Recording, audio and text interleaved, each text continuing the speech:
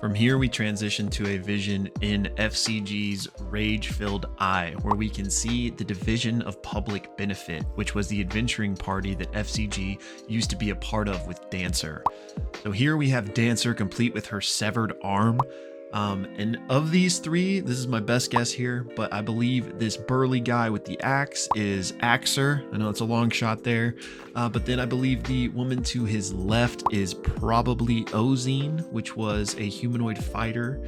And then I think this caster here below Axer is probably Terowin, the user of earth magic.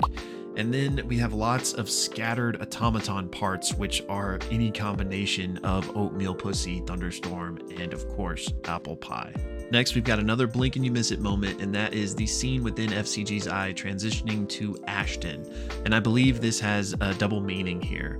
First of all, Ashton is the one who found F.C.G right after his original rampage on his previous adventuring party, but also in the present time, Ashton is the one rushing toward F.C.G during his rampage on Bell's Hells, trying to calm him down as they have the longest relationship with one another. But it's not just Ashton, as here we have everyone in Bell's Hells gathering around, calming down F.C.G and getting them to come back to their senses. Some cool details here. We have Orym using Seedling to, jam up the buzzsaw.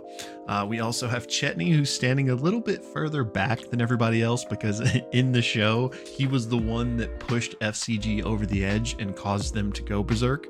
But also on the table behind, you can see there are some woodworking tools, and Chetney is actually working on his emotion wheel that he creates for F.C.G. And finally, Fearne pickpockets Ashton once more, but this time Orym notices as not much gets by his massively high passive perception. Next, we've got Chetney carving another one of his gifts, this time the horse for Imogen, and we can also see his RTA tattoo. Chet then transforms under the full light of both Katha and Ruidus, as this is before his special training with the Gorgini. And then we see him use his Crimson Right ability, and at the same time we've got Fearne summoning Mister and then using his blink ability to teleport in front of Chetney, and Mister is firing his special gun that Percy made him. Fearne then uses her Burning Hands ability, and we've got Ashton rush in with F.C.G, and Ashton takes some damage to their arm, but F.C.G actually uses Transfer Suffering to take the damage instead.